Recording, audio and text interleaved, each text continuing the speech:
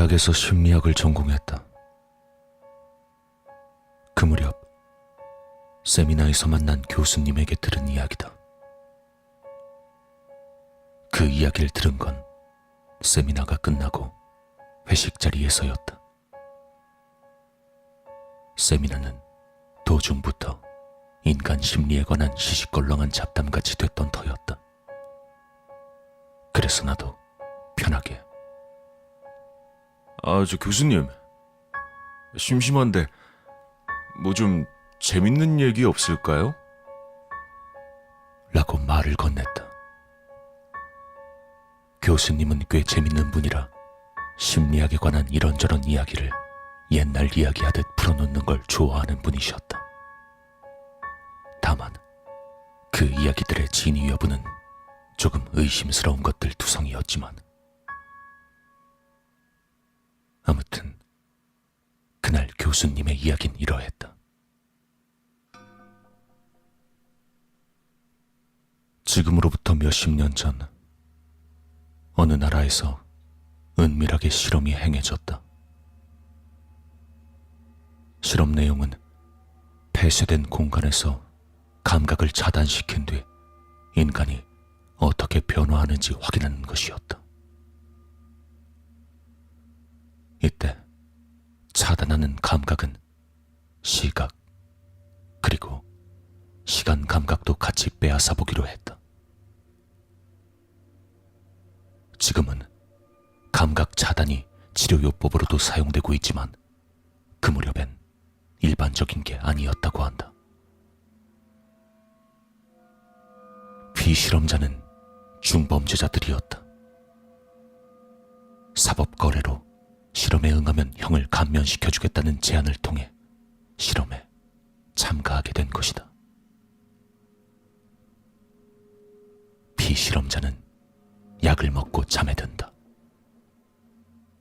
그리고 눈을 뜨면 빛이라곤 하나도 없는 폐쇄된 공간 속이다. 비실험자는 완전한 어둠 속에 놓여져 있기 때문에 시간도 알 수 없다. 그리고 자신이 지금 어디에 있는지도 모르게 된다. 아니, 정확히는 자신이 지금 무슨 상황에 처해 있는지도 모른다. 그런 상황 속에서 인간의 심리가 어떻게 변해가는지를 확인하는 실험이었다. 결론부터 말하자면 그들은 모두 완전히 미쳐버리고 말았다. 애시당초 중범죄자들이었으니 미치든 죽든 나라 입장에선 신경도 쓰지 않았었겠지. 인간을 미치게 만드는 요인 중엔 시간 감각의 결여가 있다. 여러분은 다들 시간이라고 하면 시계를 떠올리겠지. 하지만 여기서 시간이란 그렇게 정확한 것을 말하는 게 아니다. 해가 떠올랐다가 지고 밤이 오고, 그런 너무나도 당연한 시간의 흐름을 말하는 것이다. 그 감각이 완전히 차단되면 끝내 정신에 이상이 오게 된다는 것이다. 인간은 그만큼 약하기 짝이 없는 생물이니까. 그리고 한 가지 더. 인간이 가진 상상력이 문제였다.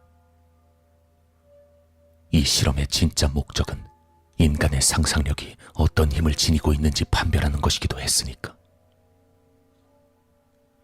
여러분은 악몽을 꾸거나 밤에 혼자서 거닐다 보면 괴물이나 귀신이 나오지 않을까 겁에 질리곤 하겠지. 하지만 그건 어디까지나 지금까지 봤던 이미지에 기인하는 것이다. 즉, 다시 말해 자기의 경험과 기억을 기반으로 뇌 속에서 이미지를 만들어내는 것이다. 그렇기에 인간은 자신의 뇌 속에 있는 경험과 기억 이외의 상상은 할 수 없다. 하지만 그들은 보았던 것이다. 뇌 속 가장 깊은 곳에 숨겨져 있어 찾을래야 찾을 수도 없을 듯한 공포를. 진정한 어둠이라는 극한의 상황과 극한까지 몰아붙여서 부서져 버린 정신 속에서 그들은 그 자신의 상상을 보고 미쳐버린 것이다. 단순한 뇌 속의 이미지인데도 그것에 미쳐버리다니. 역시 인간은 약하기 그지없는 존재다.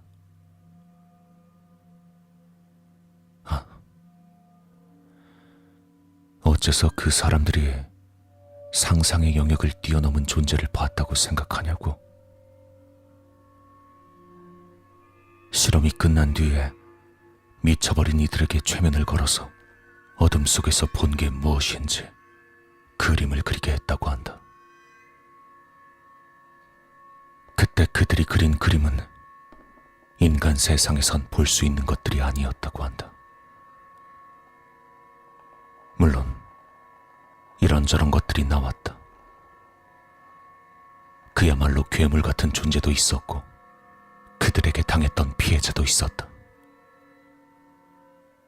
처음엔 그렇게 누구나 납득할 만한 존재였지만 시간이 지날수록 심해져 갔다. 최면이 점점 깊어질수록 이제 누구도 그들이 본 것이 무엇인지 짐작조차 할 수 없게 되었다. 결국 연구자는 이렇게 결론지었다고 한다. 사람의 뇌는 한계를 넘으면 뇌 속 기억 이상의 존재를 보게 한다고. 그리고 최면에 걸린 이에게 마지막으로 봤던 게 무엇인가라고 물어봤다고 한다. 실험은 나름대로 만족스러운 결과를 얻었으니 덤으로 말이지. 그랬더니 모든 사람이 같은 대답을 내놓았다고 한다. 어둠. 그들은 그렇게 대답할 뿐이었다. 빛이 완전히 사라진 어둠뿐인 공간 속에서 그들은 어둠, 그 이상의 어둠에 삼켜지고 만 것이다.